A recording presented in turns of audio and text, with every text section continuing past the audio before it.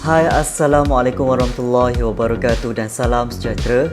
Bertemu kita kembali ke SK Studio yang mana pada hari kita akan mempelajari berkenaan dengan kemahiran tata bahasa iaitu kata majmuk mengenai tajuk sapaan mesra. Untuk mengetahui dengan lebih lanjut, mari kita lihat slide dan video yang telah disediakan.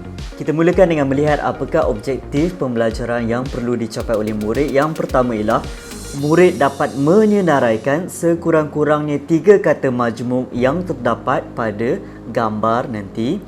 Murid dapat membina ayat menggunakan kata majmuk dengan betul. Untuk itu, murid boleh terus merujuk pada buku teks pada muka surat 92 sehingga 93. Kita lihat sapaan mesra. Min Lee menghadiri majlis perkahwinan sepupu Zara.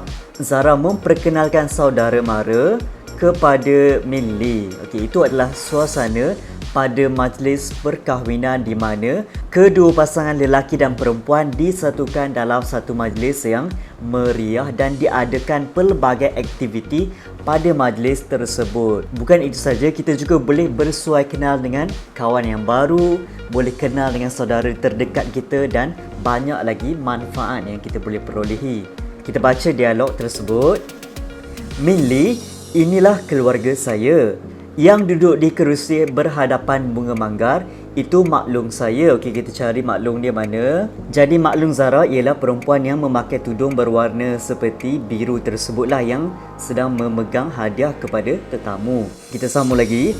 Makna saya pula sedang sibuk menghidang nasi minyak.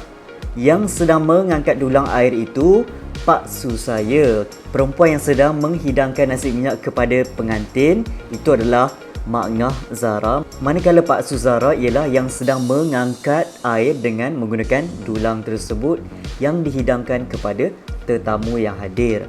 Siapakah tuan rumah majlis ini, Zara? Jadi tuan rumah ialah lelaki yang memakai baju biru serta bersongkok itu dan melayani tetamu yang hadir. Selalunya dia akan sambut tetamu lah. Dan kalau kita lihat dengan lebih teliti, kaum India, kaum Cina juga datang menghadiri majlis ini. Itu keistimewaan yang ada di negara kita di mana kita boleh menghadiri dan juga merasai suasana di majlis perkahwinan kaum-kaum yang lain. Contohnya Melayu, Cina dan India mempunyai adat, resam dan juga budaya macam majlis perkahwinan itu sendiri. Kita fokuskan pada munshi cilik di sebelah kanan.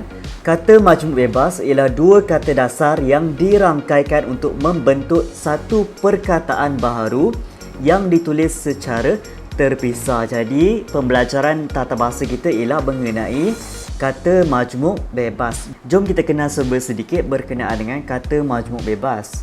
Kita baca dulu. Kata yang mempunyai 2 atau lebih daripada 2 patah kata dasar yang digabungkan untuk membentuk satu kata yang baru. Setiap kata yang menjadi komponen kata majmuk mempunyai maknanya yang tersendiri. Contoh kata majmuk ialah jalan dan raya. Kedua-dua kata ini mempunyai makna yang tersendiri. Contohnya jalan ialah laluan yang akan dilalui dan raya pula menunjukkan suasana yang meriah dan ramai orang contohnya. Kedua-dua ini digabungkan menjadi jalan raya yang merupakan jalan yang besar. Contoh yang kedua ialah kapal dan terbang, di mana kapal menunjukkan satu pengangkutan yang besar manakala terbang merupakan satu perbuatan yang berada di atas udara. Digabungkan menjadi kapal terbang yang kita ketahui sekarang.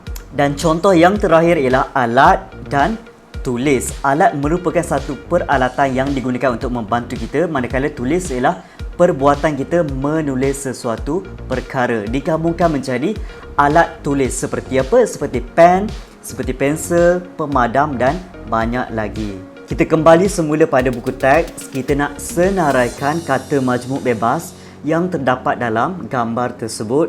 Yang mudahnya ialah yang berwarna merah jambu yang ada pada petikan dialog. Yang pertama ialah bunga manggar. Okey, bunga manggar merupakan bunga yang telah dihiaskan dengan jejari plastik yang berwarna-warni. Manakala yang kedua ialah nasi minyak di mana selalu dihidangkan pada majlis perkahwinan. Yang ketiga ialah dulang air, kerana dulang air untuk membawa air yang agak banyak. Yang ketiga ialah tuan rumah merujuk kepada orang yang menghancurkan majlis. Selain itu, objek yang berada di bulatan di sebelah kanan juga merupakan kata majmuk bebas. Contohnya apa? Contohnya cermin mata yang pertama. Yang kedua ialah cincin emas. Yang ketiga ialah beg tangan. Objek yang keempat ialah beg kertas, manakala yang nombor 5 ialah baju kemeja. Itu merupakan contoh-contoh yang merupakan kata majmuk bebas. Sekarang kita nak lihat cara untuk membina ayat menggunakan kata majmuk bebas. Kita lihat contoh ayat yang ada. Yang pertama ialah kata majmuk baju kemeja. Abang segak dengan memakai baju kemeja ke majlis perkahwinan itu. Okey, merupakan baju kemeja. Yang kedua ialah kerusi roda. Encik Kamal menggunakan kerusi roda untuk bergerak ke sesuatu tempat. Dan yang ketiga kata majmuknya ialah nasi minyak. Tetamu dihidangkan dengan nasi minyak dan lauk pauk yang menyelerakan. Selalunya soalan akan minta kita untuk membina ayat menggunakan kata majmuk, contohnya adalah berdasarkan situasi ataupun petikan gambar. Jadi kita kena bina menggunakan kata tersebut berdasarkan situasi. Oleh itu, dalam ayat kita mestilah berdasarkan gambar. Jangan terkeluar daripada perkara tersebutlah. Dengan berakhirnya penerangan tersebut, maka kita berada di penghujung pembelajaran. Kepada yang belum like, share dan subscribe, sila tekan butang merah di bawah. Sebarang komen dan cadangan penambahbaikan sangatlah dialu-alukan. Sekian, terima kasih. Assalamualaikum. Bye-bye.